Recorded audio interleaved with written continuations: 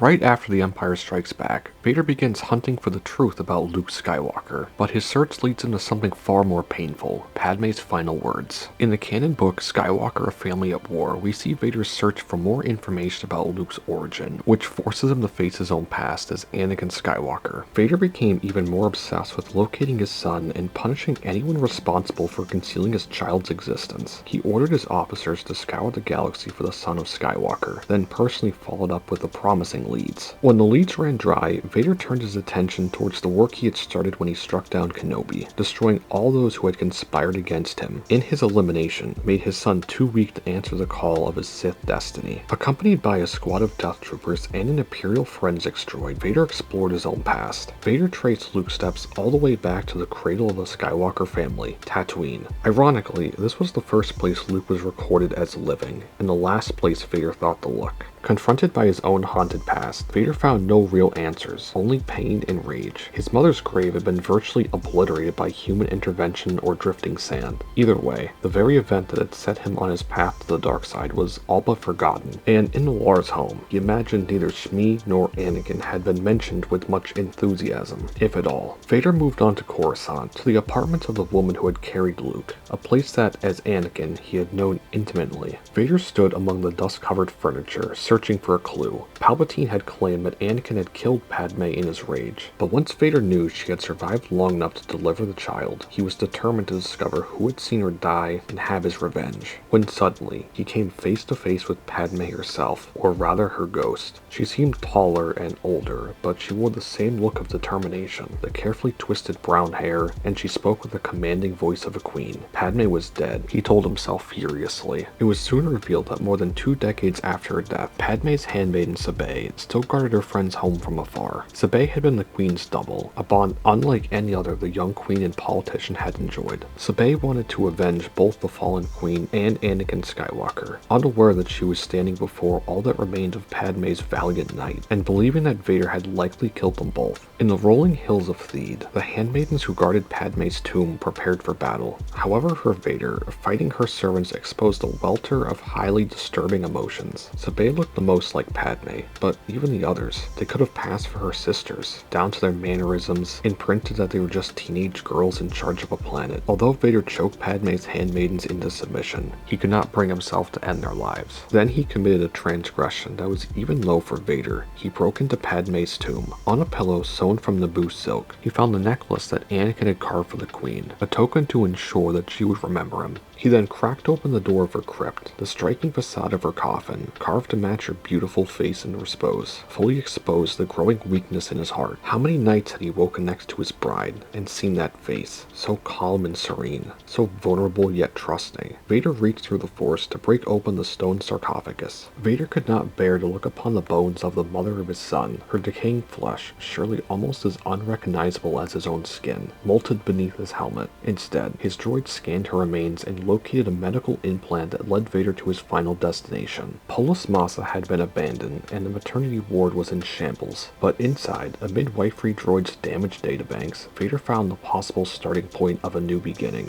On a holovid recording, he watched as Padmé beckoned to Obi-Wan with her final breath. Despite all of Anakin's mistakes, his betrayal of her and the galaxy, Vader learned that Padmé used her last moments to declare her undying belief in the righteous heart of Anakin Skywalker. In the words of his long-dead wife, "There's still good in him, I know." Something inside Vader's soul awoke. Vader allowed himself to wallow in his grief. Instead of feeding the darkness, he began to question his dedication to the Sith. After more than 2 decades, the conflict within the soul of Anakin Skywalker was reignited by the love of the woman who had refused to believe he was irredeemably damaged. No matter how hard Vader tried to suppress Anakin Skywalker, Anakin was still deep inside Vader. Vader's journey after The Empire Strikes Back highlights this. Even after all the horrible things he did, and even choking Padmé still believed that there was good in Anakin, and that he wasn't this evil monster he seemed to be. Luke felt the exact same way about his father, and in the end was able to save Anakin by turning him back to the light and being the catalyst for Anakin fulfilling his destiny as the chosen one. But let me know what you think of Vader's journey and his reaction to Padmé's last words. If you enjoyed this video, consider giving it a like and subscribe if you want to see more Star Wars videos. But anyway, I hope to catch you in the next one. Peace.